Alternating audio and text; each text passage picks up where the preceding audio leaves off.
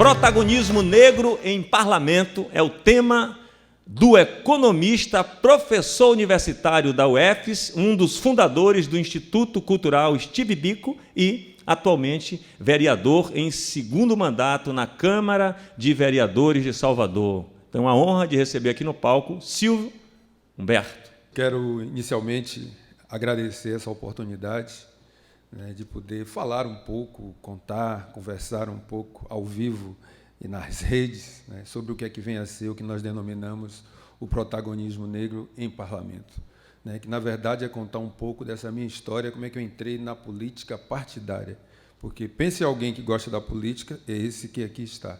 Hoje eu vou fazer 55 anos e desde que eu me entendo como gente, que isso é da minha época, acho que desde os 18 eu estou envolvido na política. E eu vou usar uma frase muito comum para a juventude, está aí no jargão, que diz uma frase para denominar o que é que vem a ser essa nossa participação política, quando as pessoas dizem assim: eu não entro em nada.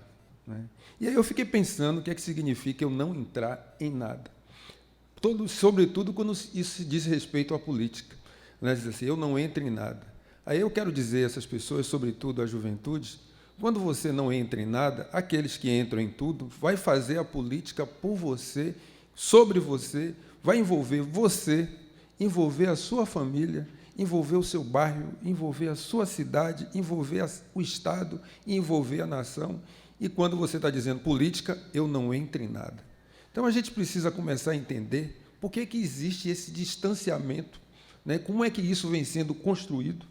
E é importante que se diga que há um descontentamento com a classe política, com parte, ou com a maioria da classe política. Mas não a política não está em baixa. A política está em alta, que as pessoas discutem de manhã, de tarde e à noite, e a política determina como você vive, se você vai viver, até como você morre, porque eu estava dentro da Câmara de Vereadores, a gente estava discutindo a questão dos cemitérios, e a falta de vagas para as pessoas nos cemitérios. Então, a política também determina como você vai morrer.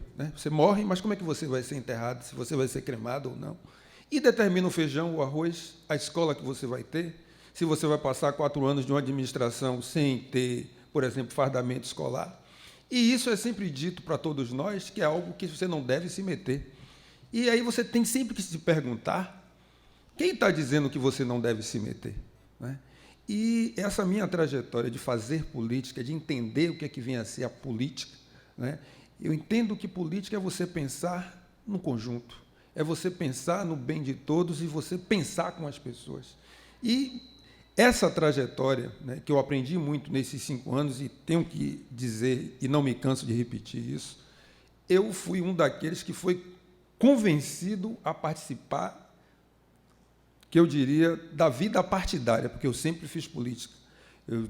Minha trajetória tem nome, tem sobrenome, tem uma história chamada Movimento Negro Brasileiro. Foi lá no Movimento Negro Brasileiro, com os erros e acertos, que eu cheguei. Cheguei da primeira vez como vereador, nós tivemos 4.123 votos. Na segunda, nós aumentamos cerca de 50%, que foram as pessoas pedindo, as pessoas se envolvendo, as pessoas participando.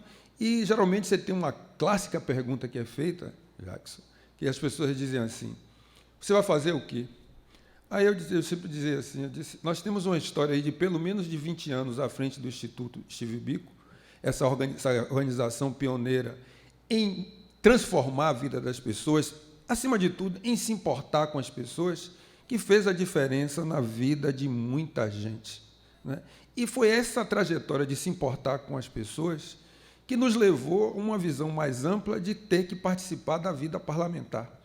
E eu tenho que dizer que eu não estou triste, muito pelo contrário, eu acho que é uma atividade onde você se dá, e você tem uma visão altruísta, isso é importante, mesmo que as pessoas digam que, às vezes, as pessoas pensam em fazer política olhando para o seu próprio umbigo, mas é ali que você pensa como você pode gerar o bem-estar para todo mundo. Porque, quando você analisa a história do nosso país, e aí falando um pouco como economista, você observa o seguinte, O Brasil fez uma escolha, e a escolha foi política.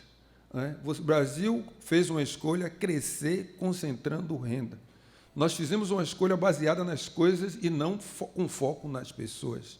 Isso foi uma escolha que foi feita, que se você imaginar, que desde o início dos anos 70 nós somos um grande país industrializado.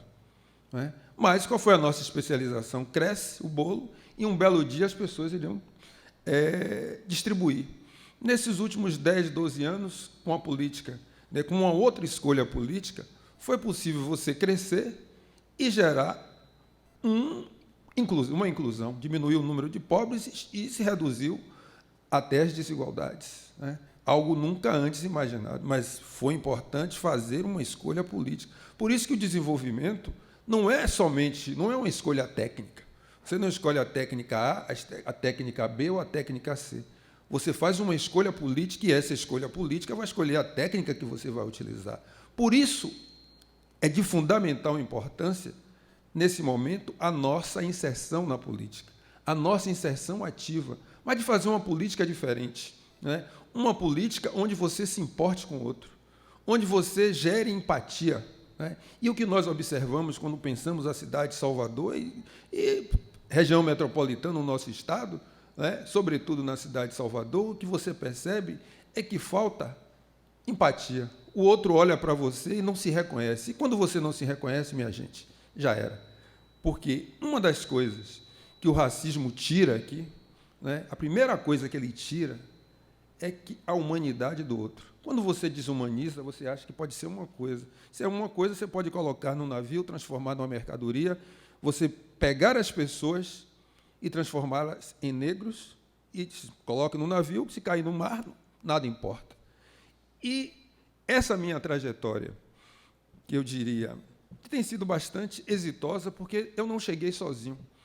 Eu acredito na força do coletivo e eu sei o quanto isso faz diferença. E também tenho aprendido que quando você essa trajetória de você se importar com o outro, de fazer essa política mais próxima e ser um vereador na capital, na chamada capital da negritude, nessa chamada Roma Negra, que adjetivos não faltam, você começa a entender como é que esse poder se reproduz, como é que as elites, nesses espaços, nos espaços do parlamento, têm se reproduzido, têm mandado seus filhos, e nós, o povão, os parecidos comigo, na sua grande maioria, só assistem. Imagine aquela sensação de que você tem uma expressão em um livro de economia que fala da trajetória dos países, chama-se Chutando a Escada, e de um autor chamado Cheng, um coreano. E o que é interessante é que, quando você pensa na trajetória política, há uma escada, aquele indivíduo vem, sobe das famílias, quando chega lá em cima, chuta a escada. Aquela liderança, que ajuda aquele indivíduo, vem na vibe junto com aquele indivíduo, vem caminhando. Quando chega, que ele pensa que vai ser o escolhido ou a escolhida, o que é que termina acontecendo? Ele toma um lugarzinho, senta e fica esperando agora a vez do filho ou da filha. E isso tem sido a forma como essa chamada capitania hereditária, nessa visão patrimonialista que é, sobretudo, Salvador, a Bahia, as relações sociais, as relações de poder vão se reproduzindo. Por que você pergunta, você que me ouve, que é a liderança, por que ele não lhe dá a vez?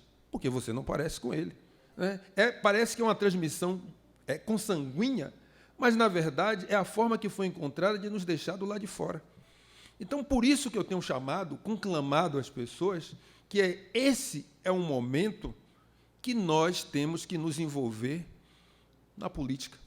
Esse é o momento que exige uma maior participação nossa desse envolvimento, mas não uma política pensada para o seu próprio umbigo ou para a sua família, porque é importante que se diga à população negra que o nosso enfrentamento ao racismo, sobretudo, e o sexismo, não há saídas individuais, como bem falava a nossa saudosa Luísa Barrios, que ela afirmava: não existe saídas individuais para enfrentar o racismo. A nossa saída são saídas coletivas. E esse do se envolver coletivamente, é isso que muda a vida das pessoas. É por isso que, quando nós participamos ativamente da política, conclamando as pessoas, primeiro nesse processo de se importar, e as pessoas disseram, você vai entrar na política para se fazer.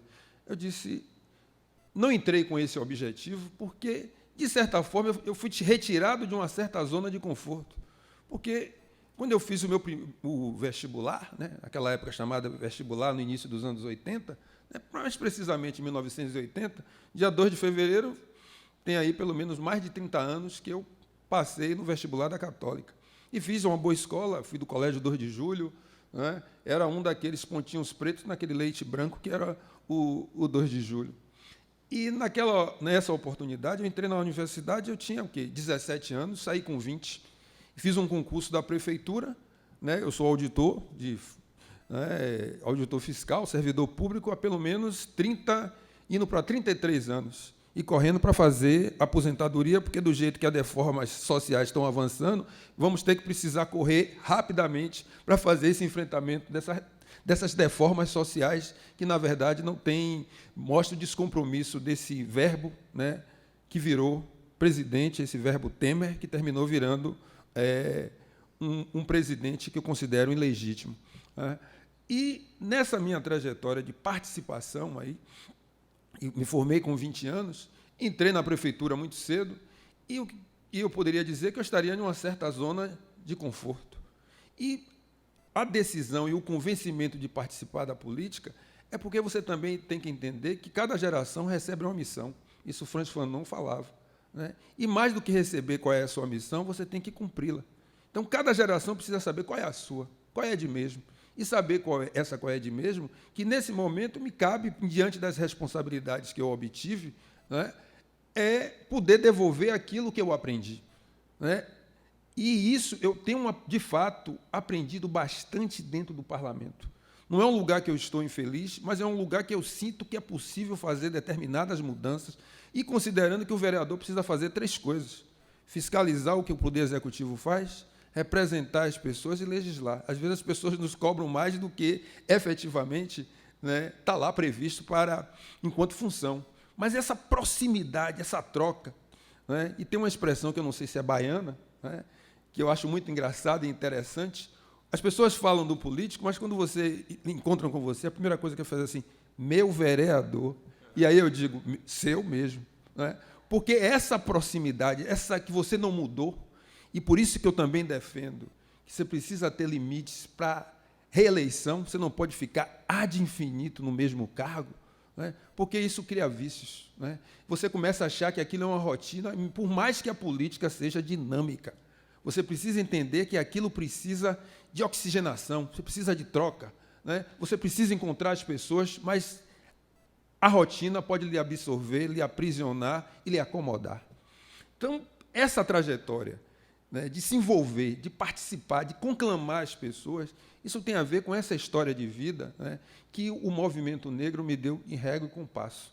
Eu não consigo entender uma sociedade como a nossa, e eu falava isso hoje pela manhã, na palestra discutindo cidades educadoras, o potencial que nós temos em termos de diversidade étnico, racial e cultural, e essa sensação de que a montanha, sempre que tem oportunidade, vai parindo ratinhos.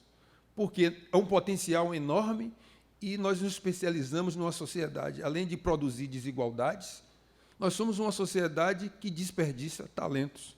E quando eu vejo esse genocídio que está submetido à juventude negra, são muitos talentos, porque quando você tem uma instituição como a Steve Biko, que ali construiu um binômio chamado, educação mais oportunidades, não tem outro resultado a não ser fazer florescer os talentos. Os talentos florescem.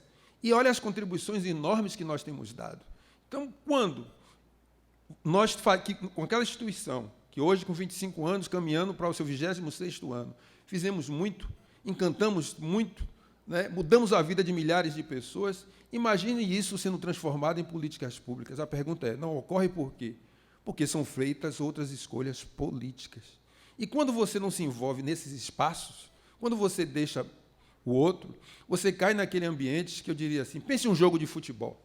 Né? Se você é aquele jogador que a bola bate o cara lança a bola bate nas suas costas e faz assim, eu estou mal colocado.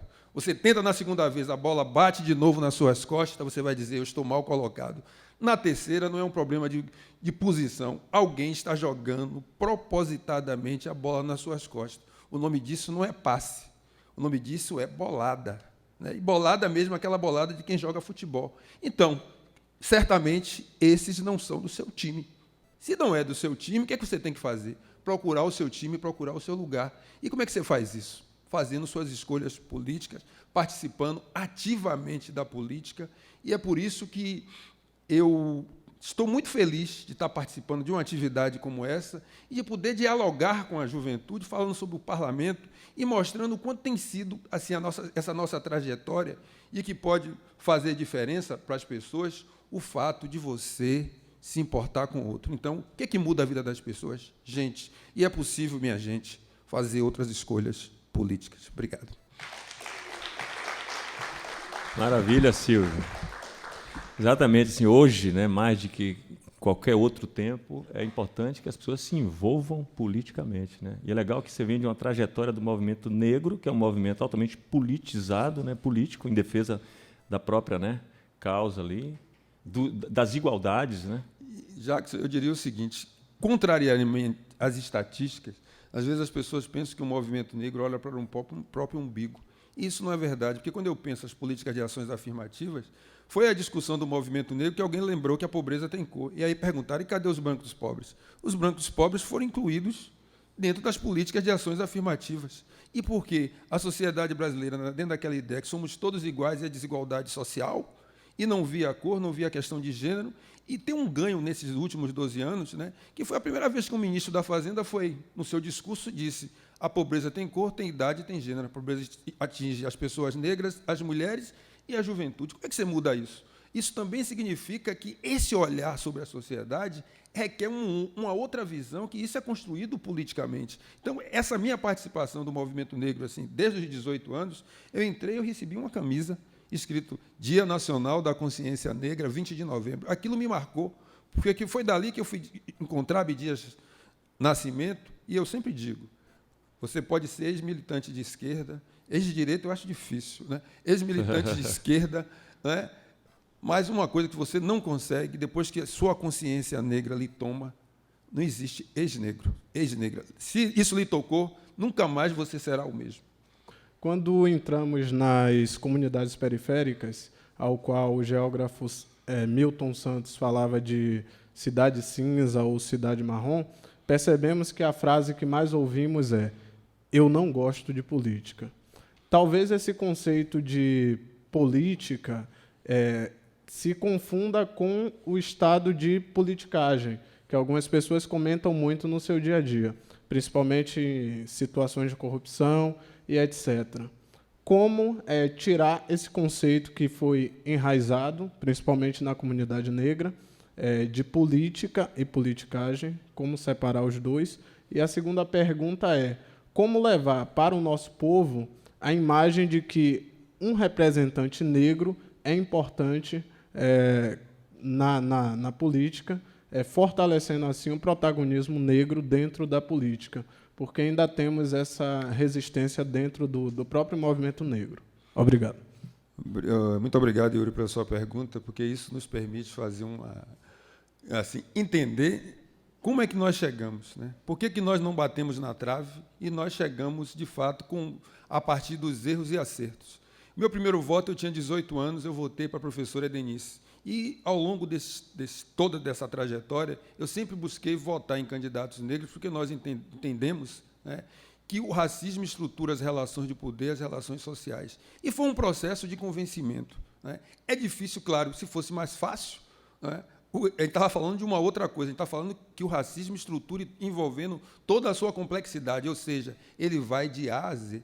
Ele está nas mínimas coisas e é importante também entender que não é uma questão quantitativa, porque se fosse quantitativa, não é? Salvador já teria um prefeito ou uma prefeita negra há muitos anos. Aí você pergunta, por que Porto Alegre já conseguiu isso e Salvador não? É porque a questão não é tão somente quantitativa. Você está falando de um fenômeno complexo, onde algo que, por exemplo, não pode acontecer é na cidade de Salvador, onde muito se espera, onde, literalmente, o boi não pode arrombar a cerca. Né? E esse nosso processo de entender, de chegar para o outro e desfazer essa imagem de que do político negro.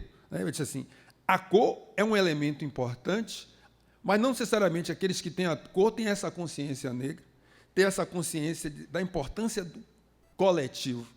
E minha trajetória dentro do movimento negro, não só, como lembrando o próprio Steve Biko, quando ele afirmava que a questão da consciência negra não é somente pigmentação de pele, é uma atitude, e eu sempre acrescento aquela pequena coisa que faz uma enorme diferença, essa nossa trajetória de aprender com os erros e acertos, isso nos levou a um lugar de tentar entender assim, essa complexidade do racismo, né, e buscar quais são as nossas saídas. Além de trabalhar dentro da Steve Biko, o que nós construímos, todo esse capital, isso nos levou a um lugar de tentar, ao participar do parlamento, buscar uma postura diferenciada, na medida que você sabe o peso do simbólico, né, de você ser um homem negro, já fui mais rasta, agora menos, com menos cabelo, né, mas o quanto isso causa um diferencial. Eu vou contar só algo pequeno, não é pequeno não, um trecho dessa trajetória que me levou a dizer assim, eu sei porque que eu estou aqui. Eu fui visitar a escola Edith Macedo, Edith Freitas ou Edith Macedo, lá em Sussuarana, não estou lembrando, Edith Dantas, desculpem. E nessa escola Edith Dantas, eu, enquanto presidente da Comissão de Educação, Esporte, Cultura e Lazer, porque hoje eu sou presidente da Comissão de Cultura, que nós fizemos esse recorte estratégico, e isso, nessa escola, foi interessante, que quando eu entrei, de paletó, gravata, tal, né, aí uma menina na sala ficou assim, olhava para mim e dava risada, olhava, dava risada, dava risada. Aí a professora fez assim, por que você está rindo tanto? Aí ela olhou assim e disse, é porque ele parece com meu pai.